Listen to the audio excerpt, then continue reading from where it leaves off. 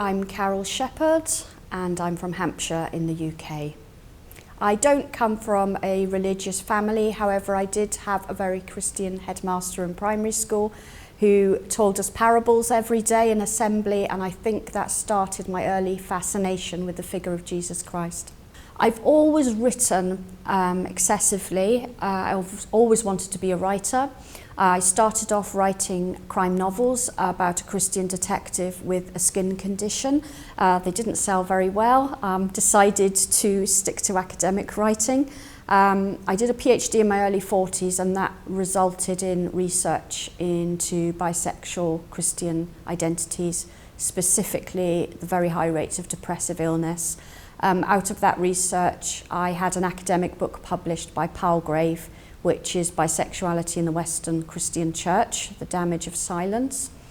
It's a very niche subject and very few people are researching it. I've got other chapters forthcoming in other academic books. Probably most excited, however, about the pastoral guide I'm writing, which is about bisexuality in Europe, and it should advise church leaders on how to deal with bisexual congregants. It's also got interviews with bisexual Christians all over Europe. I'm hoping it's life-changing, and I think it'll be the thing I'm proudest of. I didn't really come out as bisexual till I was in my late 30s, early 40s. It became clear to me during my marriage that same-sex attracted part of myself that I'd repressed was not going to go away. And it just became clear as my mental health began to suffer that I couldn't go on like this. So I began to start telling people in church. My curate said, just don't talk about this, it'll get you into trouble. It was never, ever mentioned at church, anything to do with LGBT. I feel that the church on the whole feels that same-sex marriage or equal marriage is the nirvana point that everyone's been looking for. However, if you have a non-binary sexual orientation, non-binary gender ID, same-sex marriage is not the answer.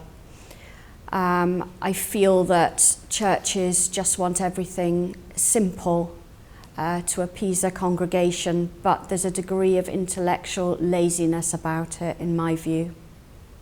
I would like to change these views by myself or other LGBT Christian activists being allowed to speak to mainstream church denominations.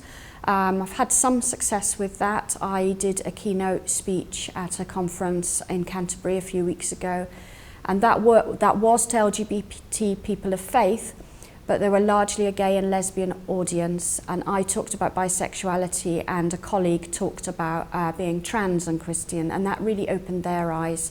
So I think it's a combination of speaking to the LGBT faith community, the Christian straight community as well, about the full spectrum of sexual orientation and gender ID. I think the relationship between church and the LGBT Christian community is slowly improving. It was fantastic last week to hear that the Methodist Church have approved same-sex marriage.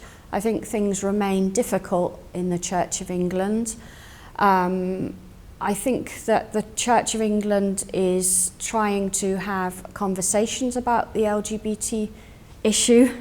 I think, unfortunately, they have a tendency not to listen to the lived experiences of LGBT people of faith.